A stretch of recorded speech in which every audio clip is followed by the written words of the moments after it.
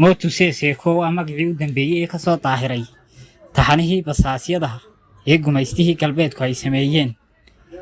ee loo xil saaray usmiiradka khayraadka Afrika ee shirkadaha iyo bangiyada sidii caadada ahayd way u seeto dheereeyeen ilaa uu magiciisii gabi ahaanba gubtay maamuuskiina waayay doorkaas ayuu igmadeenna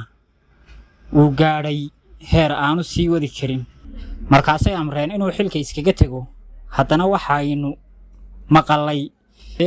qasrigiisa ku yaala Rivera ee Faransiiska si baraadho leh isaga oo haysta 5 bilyan oo intii uu sida aan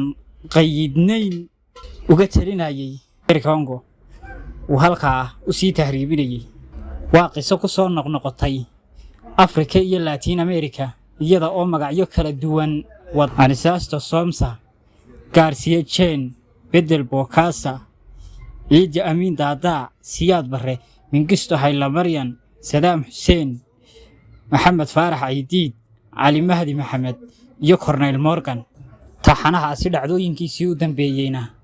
hadda waxa ay ka socdaan Soomaaliya warkii u dambeeyay waa markab laga leeyahay Serbia oo ku soo xidhay xeebaha Muqdisho harkiisii hubka ahaana halkaas dhigay si uu uga gado kooxaha Soomaalida ah ee islaynaya si ay dagaalkaas u sii wadaan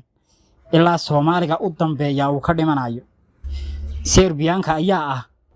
xadiga cusub ee burburinta dalkaas soo galay marba hadii ay jiraan xayawaan hoggaan safar ah dan ay leedahayna marnaba ma diideyso inay xayawaankaas u fuusho danteedaas dhagartii weynayd buuga la yiraahdo ayay xogahan oo faahfaahsan ku qoran yihiin fadlan hadii aad ka heshay muuqaalka nagu soo biir oo subscribe barta YouTube